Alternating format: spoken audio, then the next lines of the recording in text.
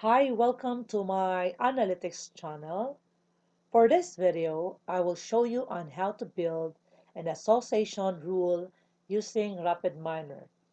But before we start building our model, let's have first a brief background of what is this association rule all about. Association rule means the probability relationship between items in the datasets.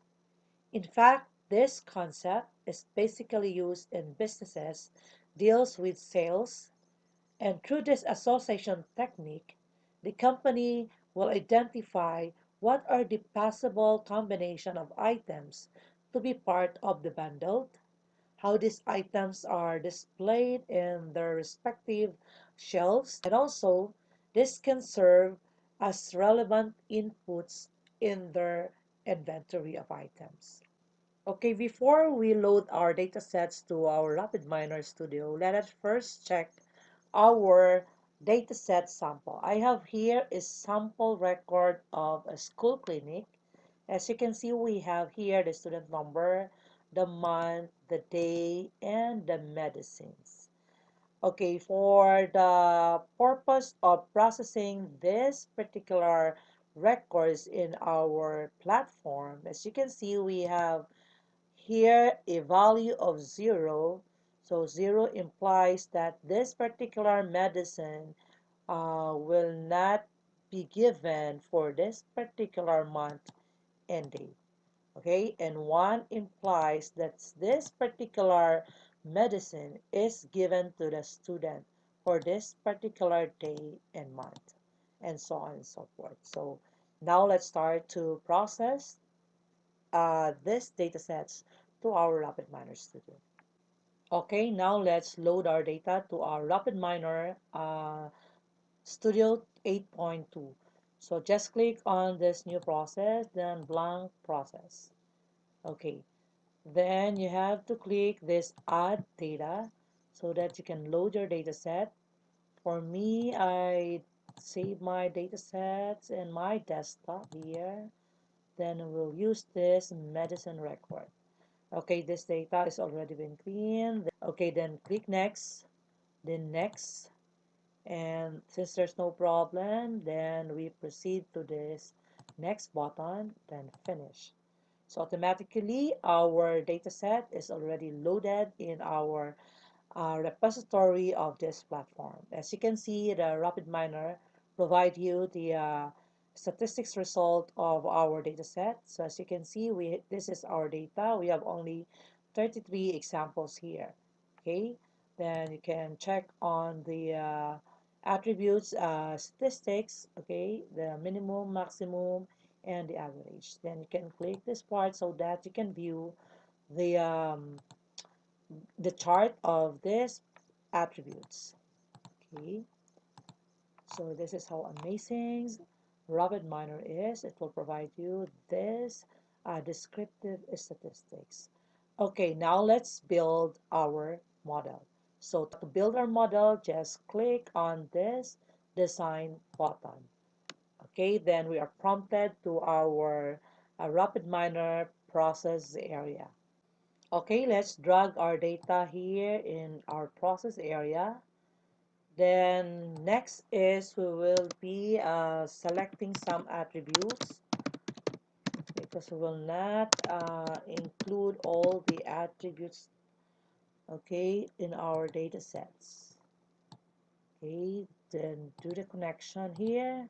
Then since this is selected, you can now select the subset here. Then you select your attributes. So we will be only using this attribute, okay, this one, color trio, medical, and this one. So we will not include these attributes. Then apply. Okay, since we have already selected our attribute, okay, it's time for us to select our frequency operator. So just type fp growth, okay, here.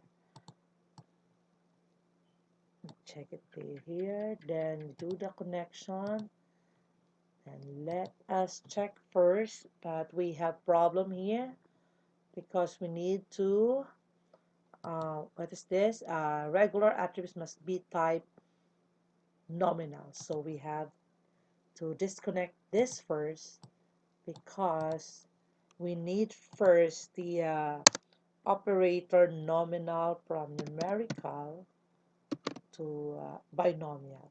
Because our data set is numerical, we have only a type of our data here. For conversion, we have the numerical to binomial, to polynomial, to real, to data, to date numerical, and date to numerical. So we'll use this binomial. If you remember, our data set is composed of 0 and 1. 0 means that the medicine was not given, and 1 means that the medicine was given to a student. Okay, then click it here. Then you have to connect. Okay, then next is you connect this one. Now we have already resolved our issue here.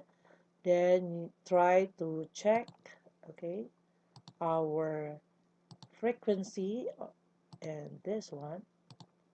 And let's try to run this model first, but we are not yet done because we will include the association rule later. But we need first to run this one to show you what is the result of this model by using this operator, the frequency operator. Okay, let's run. Okay, there we have it. We have here the top. Okay, then you can check. This is the frequency. And as you can see, we have here the support. Support means the union. This is the best support. Okay, this particular item, Caladrill, with 57%. Okay, this is the percentage. So this is very significant. The Caladrill is the #1 item set in our data sets. Then when we say support, this is the union of items. So we have here item 1 and the item 2. Okay, but the support percentage here is only 39%. Okay. That's how this model provides you the information about the frequency of the item sets. Okay, we have to disconnect this one, disconnect this one. And now let's include our create association rule by typing to our operators here, association rules, then drag it here. Then you do some connection. Okay, for our frequency of items, you have to connect it here. Then our rule, then of course the items, and you can also connect our frequency here. So as you can see, we have 3 connections here. So therefore, we're expecting 3 results here. Okay, let's run our result by clicking this button. Okay, we have here our result. As you can see, we have our frequent item sets. Okay, then as we have here the support percentage for each particular item. Then we have let's check our association rules. We don't have the rules found here. Why? Because let's check. Okay, our frequency automatically, our RapidMiner provide a minimum support of 95. So there's no data to provide this particular percentage. So you can make some, for example, we'll choose 50%. Okay, 50% support. Okay, these are the union of items reflected or in our data sets. So let's try to check what is the result using the minimum support. When we say minimum support. This is a parameter set by the user for frequent item set generation. For instance, if you have data set with 33 examples or records, then you can set a minimum of 50%, for example, okay, for a combination of an item sets. Okay, for this example, let's use 50%. And also our minimum confidence value. So this confidence value is the association of items or to be for us to determine, okay, the accepted rules.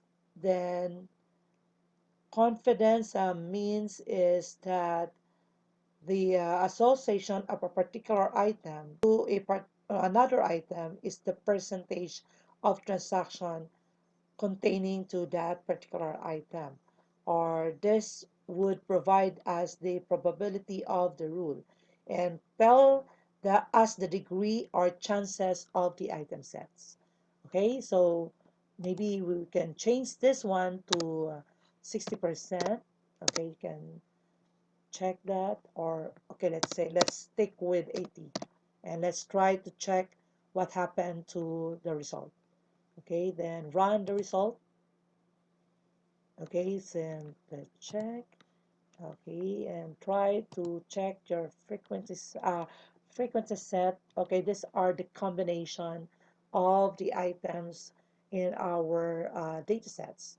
As you can see, we have here the minimum support, so which means that this particular items mark 57% of all the records found in our data sets.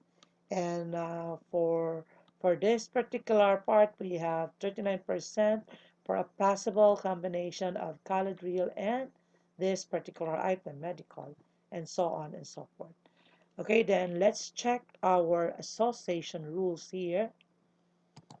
Okay, as you can see, we have here the result. So if this is the if statement, if the student was given a Caladriel, medical, and Salonpas, then it will likely need Alaxan medicine. And we have here the support, and this one we have also to look into the lift value. So this is the lift value, meaning so this must be greater than 1 for us to say that item A is associated with item B. So the higher lift value means that the given association rules of an item or set of items have a high degree of association. So for this part, we have this particular premise. Okay, this provides us the high degree of association.